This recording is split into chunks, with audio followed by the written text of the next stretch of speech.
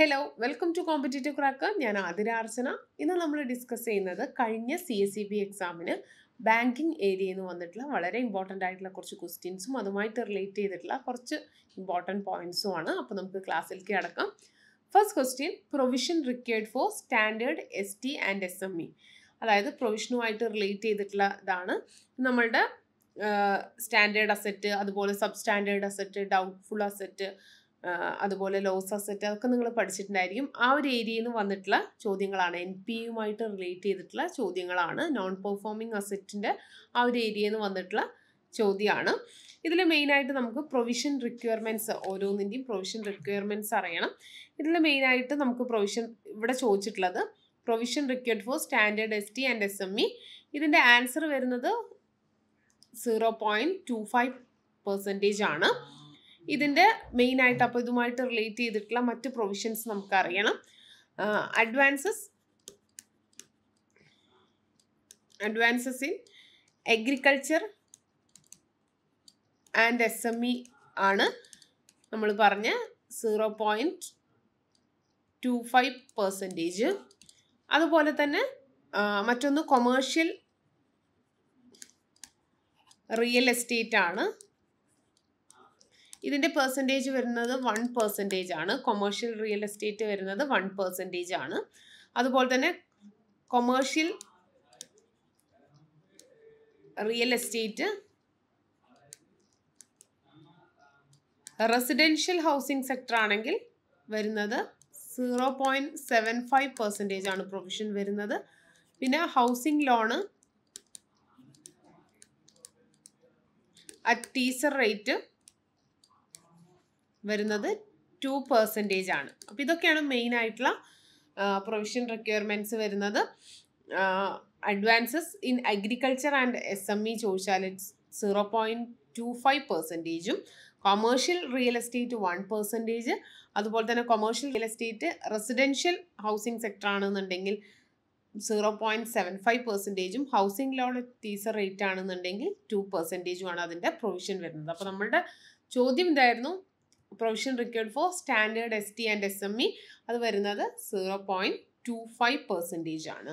Next one ആണ്, A dash is A bank that offer banking service through electronic channels. Electronic channels വഴി banking services offer ചെയ്യുന്ന ആ ഒരു ഇതിനെ bank ഏതാണെന്നാണ്. Virtual banking ആണ്.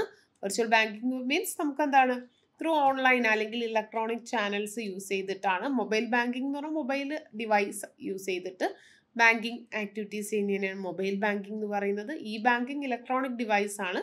കുറച്ചും കൂടി ഇതിന് ആപ്റ്റ് ആയിട്ട് വരുന്നത് വെർച്വൽ ബാങ്കിങ് ആണ്. നെക്സ്റ്റ് വൺ ആണ്, dash enable bank to understand their customer and their financial dealings better which in turn help them to manage their risk. അതായത് ബാങ്കിന് കസ്റ്റമറിനെ കുറിച്ച് അവരുടെ ഫൈനാൻഷ്യൽ ഡീലിംഗ്സിനെ കുറിച്ചും അറിയാൻ വേണ്ടി റിസ്ക് അതുവഴി അറിഞ്ഞ വഴി റിസ്ക് മാനേജ് ചെയ്യുന്ന ആ ഒരു പ്രൊസീജിയർ ഏതാണെന്നാണ്. KYC പ്രൊസീജിയർ ആണ്. KYC എന്ന് പറയുന്നത് നിങ്ങൾക്കറിയാം, നോ യുവർ കസ്റ്റമർ ആണ്. കസ്റ്റമറിനെ അവരുടെ ഫിനാൻഷ്യൽ ഡീലിംഗ്സ് ഒക്കെ ബെറ്റർ ആയിട്ട് അറിഞ്ഞുകൊണ്ട് ബാങ്കിൻ്റെ റിസ്ക് മാനേജ് ചെയ്യാന്നുള്ള ഉദ്ദേശത്തോടു കൂടിയിട്ട് ഇൻട്രൊഡ്യൂസ് ചെയ്ത പ്രൊസീജിയറാണ് KYC പ്രൊസീജിയർ എന്ന് പറയുന്നത്. No your customer.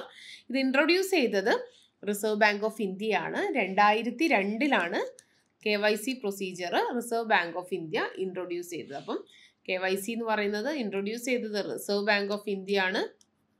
RBI ആണ് ഇൻട്രൊഡ്യൂസ് ചെയ്തത്. ഇൻട്രൊഡ്യൂസ് ഇൻ ദ ഇയർ 2002 ആണ്. ഈ നമ്മളുടെ BR ആക്ടിലെ സെക്ഷൻ 35A പ്രകാരം ആണ് ഈ ഒരു, അതിലെ പ്രൊവിഷൻസ് പ്രകാരമാണ് ഈ ഒരു KYC ഗൈഡ് ലൈൻസ് ഇഷ്യൂ ചെയ്തിട്ടുള്ളത്. KYC guidelines have been issued by Reserve Bank of India under the provisions of section 35A of BR act. BR ആക്ടിലെ സെക്ഷൻ 35A പ്രകാരമുള്ള പ്രൊവിഷൻസ് വഴിയാണ് ഈ ഒരു KYC guidelines Reserve Bank of India issue ചെയ്തത്. പിന്നെ ഈ ഒരു 35A section 35A നിങ്ങൾക്കറിയാം. സെക്ഷൻ 35A പറയണത് powers of RBI to give direction to banks. ബാങ്ക്സിന് ഡയറക്ഷൻസ് പ്രൊവൈഡ് ചെയ്യാനുള്ള RBIൻ്റെ പവറിനെയാണ് എന്ത് പറയുന്നത്, സെക്ഷൻ 35A ഓഫ് BR ആക്ടിൽ പറയുന്നത്. പിന്നെ ഒംബുഡ്സ്മാനെ സ്കീമിനെ കുറിച്ചും സെക്ഷൻ 35A പറയുന്നുണ്ട്. അപ്പോൾ ഈ ഒരു KYC ഗൈഡ് ലൈൻസിൻ്റെ മെയിൻ ആയിട്ടുള്ള എയിം എന്ന് പറയുന്നത് മണി ലോണ്ടറിങ്ങും ഫൈനാൻഷ്യൽ ഫ്രോഡും അവോയ്ഡ് ചെയ്യാന്നുള്ള ഉദ്ദേശത്തോട്, അത് പ്രിവെൻറ്റ് ചെയ്യാന്നുള്ള ഉദ്ദേശത്തോടു കൂടിയിട്ടാണ് ഈ KYC guidelines Reserve Bank of India introduce ചെയ്തത്. അപ്പോൾ ഈ KYC ഗൈഡ് ലൈൻസ് പ്രകാരം നമുക്കെന്താണ് ഫൈനാൻഷ്യൽ റിസ്ക്കും ഫൈനാൻഷ്യൽ ഫ്രോഡൊക്കെ നമുക്ക് പ്രിവെൻറ്റ് ചെയ്യാൻ പറ്റുമെന്നാണ് പറയുന്നത്. അപ്പോൾ അതാണ് KYC പ്രൊസീജിയർ. നെക്സ്റ്റ് വൺ ആണ്, who was the chairman of task force appointed by government of India to analyse the problems of STCCCS. അതായത് Vaidyanathan committee, task force committee എന്ന് പറയുന്നത് വൈദ്യനാഥൻ കമ്മിറ്റിയാണ്. അപ്പോൾ ആരാണ് അതിന്റെ ചെയർമാൻ എന്നാണ്, ടാസ്ക് ഫോഴ്സ് കമ്മിറ്റിയുടെ ചെയർമാൻ ആരാന്നാണ് ഈ ക്വസ്റ്റ്യൻ. ടാസ്ക് ഫോഴ്സ് കമ്മിറ്റിയുടെ ചെയർമാൻ എന്ന് പറയുന്നത് വൈദ്യനാഥനാണ്. Dash regulate the mutual funds in India. ഇന്ത്യയിലെ മ്യൂച്വൽ ഫണ്ട്സ് റെഗുലേറ്റ് ചെയ്യുന്ന ആരാന്നാണ്, സെബിയാണ്, സെക്യൂരിറ്റി എക്സ്ചേഞ്ച് ബോർഡ് ഓഫ് ഇന്ത്യയാണ് മ്യൂച്വൽ ഫണ്ട്സ് റെഗുലേറ്റ് ചെയ്യുന്നത്. Next, in case of safe custody of valuables the bank customer relationship is, അതായത് സേഫ് കസ്റ്റഡി ഓഫ് വാല്യൂബിൾസിന്റെ കേസിൽ bank customer relationship എന്താണെന്നുള്ളതാണ്. ഈ ഒരു ബാങ്ക് കസ്റ്റമർ റിലേഷൻഷിപ്പ് പലപ്പോഴായിട്ട് നമ്മൾ എക്സാമിന് ചോദിച്ചിട്ടുണ്ട്. അത് മെയിനായിട്ട് ചോദിക്കുന്നത് ഡെപ്പോസിറ്റിന്റെ കേസിൽ എന്താണ്, ഡെപ്പോസിറ്റിന്റെ കേസിൽ എന്താണ്, ബാങ്ക് ഡെപ്റ്ററും അതുപോലെ തന്നെ കസ്റ്റമർ ക്രെഡിറ്ററും ആണ്. ലോണിന്റെ കേസിലാകുമ്പോൾ നേരെ തിരിച്ചാണ്, ബാങ്ക് എന്താണ് ക്രെഡിറ്ററും കസ്റ്റമർ എന്താണ് ഡെപ്റ്ററും ആണ്. പിന്നെ അതുപോലെ തന്നെ കളക്ഷൻ ഓഫ് ചെക്ക് ബില്ല് അതിന്റെ കേസിൽ ബാങ്ക് എന്താണ് ഏജന്റും കസ്റ്റമർ എന്താണ് പ്രിൻസിപ്പൾ ആണ്. അതുപോലെ തന്നെ വരുന്നത് സേഫ് കസ്റ്റഡി ഓഫ് സെക്യൂരിറ്റി ആണെന്നുണ്ടെങ്കിൽ അല്ലെങ്കിൽ ഡെപ്പോസിറ്റ് ആണെന്നുണ്ടെങ്കിൽ അതിൻ്റെ കേസിൽ ട്രസ്റ്റി ബെനിഫിഷ്യറി വരും. അതുപോലെ തന്നെ ഗോൾഡ് വാല്യൂബിൾസ് ഒക്കെ സേഫ് കസ്റ്റഡിയിൽ വെക്കുകയാണെങ്കിൽ, നമ്മുടെ ചോദ്യം അതാണ്, സേഫ് കസ്റ്റഡി ഓഫ് വാല്യൂബിൾസ്, അവിടെ ബാങ്ക് വരുന്നത് എന്താണ് ബെയിലിയാണ്, കസ്റ്റമർ വരുന്നത് ബെയിലറാണ്. പിന്നെ അതുപോലെ തന്നെ ലോക്കർ ഫെസിലിറ്റി ആണെങ്കിൽ എന്താണ് ലെസ്സറാണ് ബാങ്ക്, ലെസ്സിയാണ് കസ്റ്റമർ. പിന്നെ അതുപോലെ തന്നെ മോഡ്ഗേജിന്റെ ബേസിൽ മോഡ്ഗേജിയാണ് ബാങ്ക്, മോഡ്ഗേജറാണ് കസ്റ്റമർ. ബെയിൽമെന്റിന്റെ കേസിൽ ബെയിലി ബാങ്കും ബെയിലർ കസ്റ്റമറും.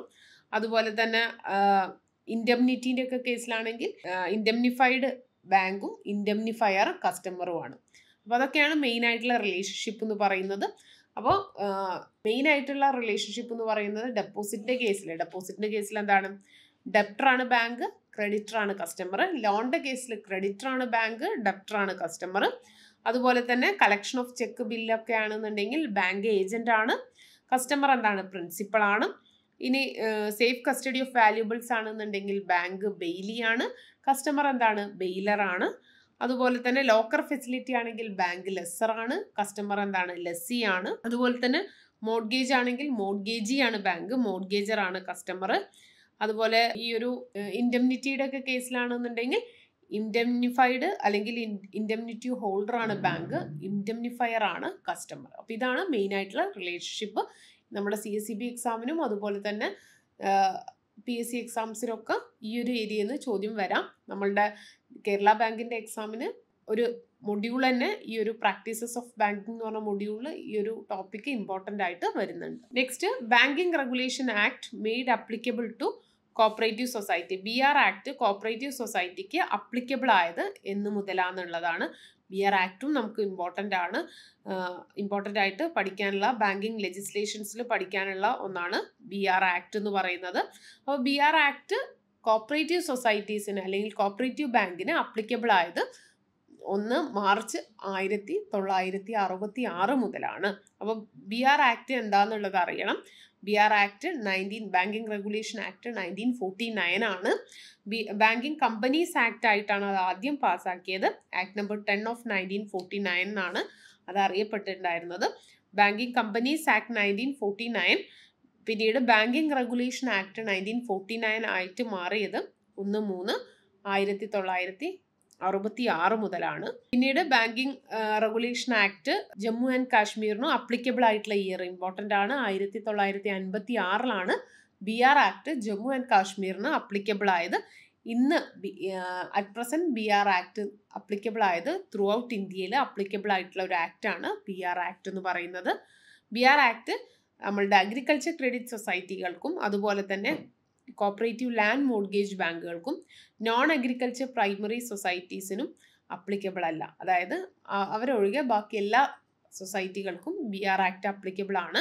അഗ്രികൾച്ചർ ക്രെഡിറ്റ് സൊസൈറ്റികൾ, അതുപോലെ തന്നെ കോപ്പറേറ്റീവ് ലാൻഡ് മോർഗേജ് ബാങ്കുകൾ, അതുപോലെ non agriculture primary credit societies, ഇവർക്ക് അപ്ലിക്കബിൾ അല്ല BR ആക്ട് എന്ന് പറയുന്നത്.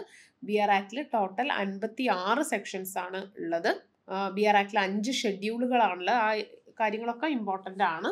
അപ്പോൾ BR ആക്ട്, ഇവിടുത്തെ ചോദ്യം ഇതാണ്, BR ആക്ട് കോപ്പറേറ്റീവ് ബാങ്കുകൾക്ക് അപ്ലിക്കബിൾ ആയത് എന്ന് മുതലാണെന്നുള്ളതാണ്. BR ആക്ട് കോപ്പറേറ്റീവ് ബാങ്കുകൾക്ക് അപ്ലിക്കബിൾ ആയത് 1 മാർച്ച് 1966 മുതലാണ്. അപ്പോൾ നമ്മുടെ CSEB എക്സാമിൻ്റെ കുറച്ച് ക്വസ്റ്റ്യൻസ് ആണ് നമ്മൾ ഡിസ്കസ് ചെയ്തത്.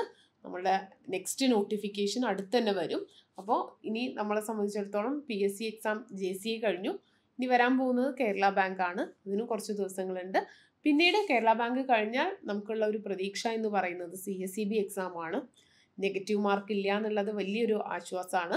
അപ്പോൾ CSEB എക്സാമിന് നമുക്കെന്താണ് കോപ്പറേഷനും അക്കൗണ്ടിങ്ങും ബാങ്കിങ്ങും അതുപോലെ തന്നെ ഇംഗ്ലീഷ് GK മാത്സ് ഈ എല്ലാ ക്ലാസ്സിനും ഈക്വൽ ഇമ്പോർട്ടൻസ് കൊടുത്തിട്ട് നമ്മൾ കോമ്പറ്റീറ്റീവ് ക്രാക്കറിൻ്റെ ബേസിൽ ന്യൂ ബാച്ച് നമ്മൾ സ്റ്റാർട്ട് ചെയ്യുന്നുണ്ട്.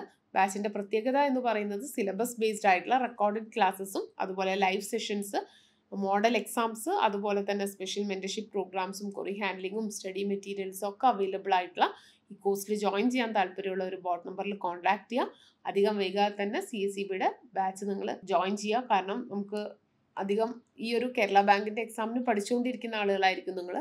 ഈ പഠനം കണ്ടിന്യൂ ചെയ്തുകൊണ്ട് പോവുക. അതിലൊരു ഗ്യാപ്പ് വരാതെ പെട്ടെന്ന് തന്നെ നമ്മൾ എന്ത് ചെയ്യാണ് CSEBയിലേക്ക് മാറുക. കേരള ബാങ്കിനെ സംബന്ധിച്ചിടത്തോളം CSEBക്ക് അക്കൗണ്ടിങ്ങും അതുപോലെ തന്നെ ഇംഗ്ലീഷ് GK മാത്സ് ആണ് പഠിക്കാനുള്ളത്. അപ്പോൾ ആ ഒരു ഏരിയ കൂടുതൽ ഫോക്കസ് ചെയ്തിട്ട് പഠിക്കുക. എന്തായാലും CSEB എക്സാം നിങ്ങൾക്ക് ക്രാക്ക് ചെയ്യാൻ പറ്റട്ടെ. അപ്പോൾ നമ്മുടെ നെക്സ്റ്റ് ക്വസ്റ്റ്യൻ എന്ന് പറയുന്നത് sizable portion of operating profit of cooperative banks is formed of, അതായത് കോപ്പറേറ്റീവ് ബാങ്കിൻ്റെ ഓപ്പറേറ്റിംഗ് പ്രോഫിറ്റ് ഏത് ഇതിന്നാണ് ഫോം ചെയ്യുന്നതെന്നാണ്. ലോൺ എന്നുള്ള ഇൻട്രസ്റ്റ് തന്നെയാണ്. നെക്സ്റ്റ് ക്വസ്റ്റൻ ആണ് RuPay card. RuPay card launch ചെയ്തത് 2012 റൂപേ കാർഡുമായിട്ട് റിലേറ്റ് ചെയ്ത് പറയുമ്പോൾ നമുക്ക് ATMനെ കുറിച്ച് പറയണം. ATM എന്താണ്? ഓട്ടോമാറ്റഡ് ടെല്ലർ മെഷീനാണ്. ATM സെറ്റപ്പ് ചെയ്യണമെന്ന് റെക്കമെൻഡ് ചെയ്ത കമ്മിറ്റി രംഗരാജൻ കമ്മിറ്റിയാണ്. രംഗരാജൻ കമ്മിറ്റിയുടെ റെക്കമെൻഡേഷൻ പ്രകാരമാണ് ATMs ഇന്ത്യയിൽ സെറ്റപ്പ് ചെയ്തത്. ഇന്ത്യയിൽ സെറ്റപ്പ് ചെയ്ത ഫസ്റ്റ് ATM എന്ന് പറയുന്നത് HSBCയുടെയാണ്. മുംബൈയിലാണ് അത് സെറ്റപ്പ് ചെയ്തത്. പിന്നെ അതുപോലെ തന്നെ ATMുമായിട്ട് റിലേറ്റ് ചെയ്തിട്ട് നമുക്ക് കുറച്ചധികം കാര്യങ്ങൾ പഠിക്കാനുണ്ട്. ടൈപ്പ് ഓഫ് ATMs പഠിക്കാനുണ്ട്. ടൈപ്പ് ഓഫ് ATMസിൽ തന്നെ white label, green label, pink label അങ്ങനെയുള്ള ATMസിനെ കുറിച്ചൊക്കെ പഠിക്കാനുണ്ട്. ഡെബിറ്റ് കാർഡ്, ക്രെഡിറ്റ് കാർഡ് പഠിക്കാനുണ്ട്.